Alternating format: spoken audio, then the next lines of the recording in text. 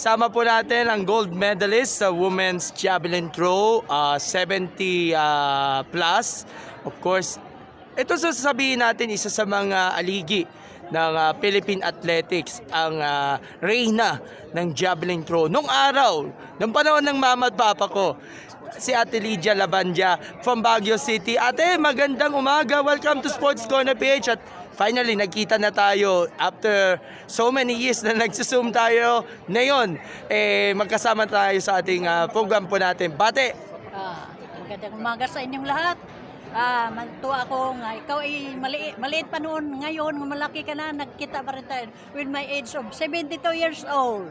Oo, at prime age hanggang ngayon, nasa peak ka pa rin dito. At kidlan mo naman si Madam Lydia, naka-gold medal pa rin dyan sa inyong category ninyo. So siguro, unahin muna natin yung naging assessment nyo dun sa inyong performance niya during the javelin throw. Although hindi ko naabutan yung mismong event kasi late na ako dumating, siguro i-summarize natin yung naging performance during the event po.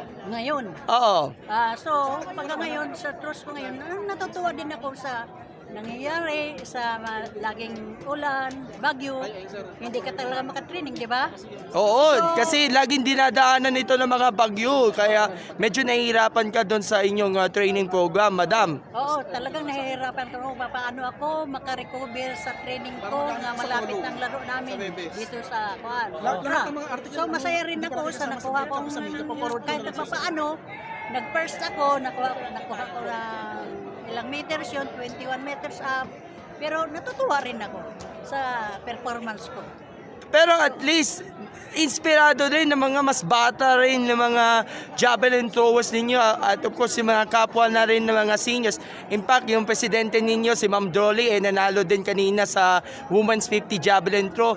Siguro marami ka nakuhang inspirasyon ninyo na napanood nyo sila na kahit at the age of 70, nasa 70 bracket, hanggang ngayon, nasa peak ka pa rin ng inyong career at nagko-compete ka pa rin internationally sa mga nagdaang mga competition sa Madam Lydia. Oo, sa mga international, nagko-compete pa rin ako. Pero paminsan na siyempre, hindi mo naman ano ng sarili mo nga ikaw ay sa competition na ikaw ay maganda ang paglalaro mo. Mayroong iba nga hindi maganda ang paglaro mo sa competition na ito kung ikaw ay walang training.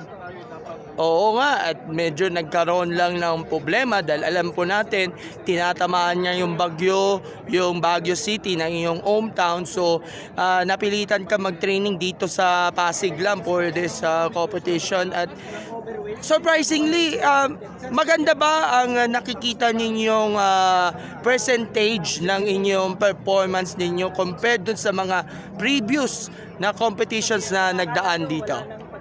Sa nakikita ko, maganda naman ang performance natin noon at saka ngayon, mas lalo na ngayon, magandang performance natin. Siyempre, with the help of our President, Dr. Drole Clarabal, maganda talaga ang pinag-anuan sa mga atleta, sa mga senior. Oo, at of course, itong angarin nitong Philippine Masters International Athletics Championships ay hindi lang para makapag-compete rin in active lifestyle yung mga seniors po natin, pati na yung mga retirado, mga athletes natin. Pero bago yan, yung mga taga-PTV, si Badet, good morning! Si Badet, ang ating at of course, cameraman, si Ma'am Badet. Good morning. Okay, so tuloy natin ang interview. Alam ko, encouragement ito sa mga seniors and even yung mga retirado na pwede pala maging aktibo sa kanilang mga sports na ito. Tingin mo, kaya ba ng ating mga seniors dito, especially dumarami na yun nasa 60s and above? Talagang desidido naman sila. Once na ikaw ay desidido, talagang ma-achieve ka. Magkuha mo ang goal mo. kahit na 60s ka above o ilang years ka, ilang age mo, basta desidido ka sa pagka-atleta mo, ha? Kasi crew trainings lang yun. Crew trainings, makuha mo talaga yun. Okay. Goal mo. Okay. Ma'am Lindia, ano yung susunod na event na paghahanda? No, ito pa lang yung event na lalawakan ninyo for this competition po. Next one, ipaghandaan ko talaga yung Asian Masters Track and Field Championship itong sa Indonesia. Pero dito sa Philippine Masters, ito pa lang yung event. Itong last nga pinaghandaan namin ito. Ano ang mga nilook forward ninyo sa 2025? Lalo na, papalapit na yung Asian Masters, World Master Games, World Masters Athletics Championships na kung papala rin, makakuha ka pa rin ng podium nga, Aling Lydia. Talagang kukunin ko yan dahil ako po ang defending champion. Kukunin ko dahil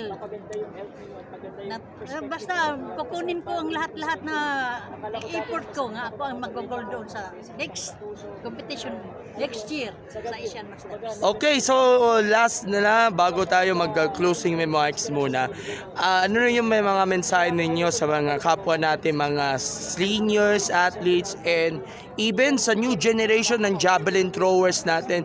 Nakita mo minsan yung mga batang javelin throwers na sumunod sa yapak ninyo, at of course, pag-aandaan pa nun ito yung mga iba't ibang competitions like SEA Games, Asian Games, Olympics, at iba pa, World Championships. So, anong makukuha niyo yung mga mensahe? Not just yung mga seniors natin, but of course yung mga new generation ng javelin throwers natin. Ang masasabi ko na lang sa mga new generations, javelin throw is mag-training lang sila. Huwag nilang pabayaan ang sa araw-araw pag-training, lalo-lalo na sa pagbabarbell. Ha? Kasi ang pagbabarbell is, yan ka makakuha ng power. Ayun. So, yung mga seniors din, Ang mga seniors naman, kailangan naman i-continuous ang training nila kasi kagaya ko, nga ako is pinakamatanda na sa mga babae siguro, 72 years old. Ikaw pa lang yung pinakamatanda sa lahat ng mga nagko-compete na yon sa baba. Sa javelin, ako ang pinakamatanda. Tuloy mo yung mensahe. So, ang mensahe ko lang, mag-training lang tayo ng araw-araw.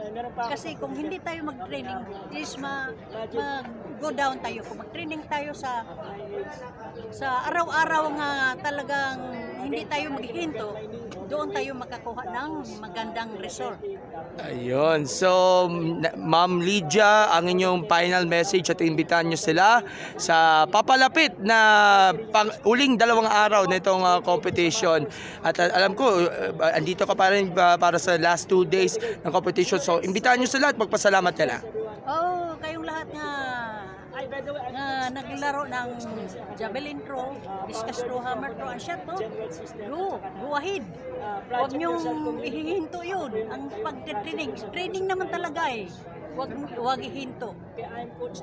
Kasi sa sarili ko, hindi ko talaga ihinto ang training. Dahil diyan mo makukuha ang lahat ng effort mo, lahat ng power mo, ikaw ay makakuha ng gold ng Pilipinas. Ay nga pala, nakalimutan natin, Women in Sports, andito ka pala nung isang linggo, nakuha nyo yung award sa Karing kay Commissioner Bongko. Ano naman masasabi nyo naman sa pagtanggap nyo ng panibagong parangal mula naman sa PSC? Ay, natutuwa ako. At saka talagang natutuwa ako sa for the first time nakaring ako. Nakaring ako nga lifetime award. A Lifetime Achievement Award. Achievement award kay Kong.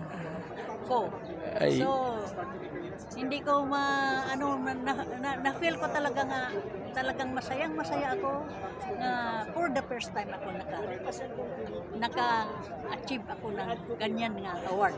Imagine, lifetime yan Lifetime, inabot man lang ng gintong alay hanggang sa inyong pagtatapos na ng inyong career. Hanggang ngayon.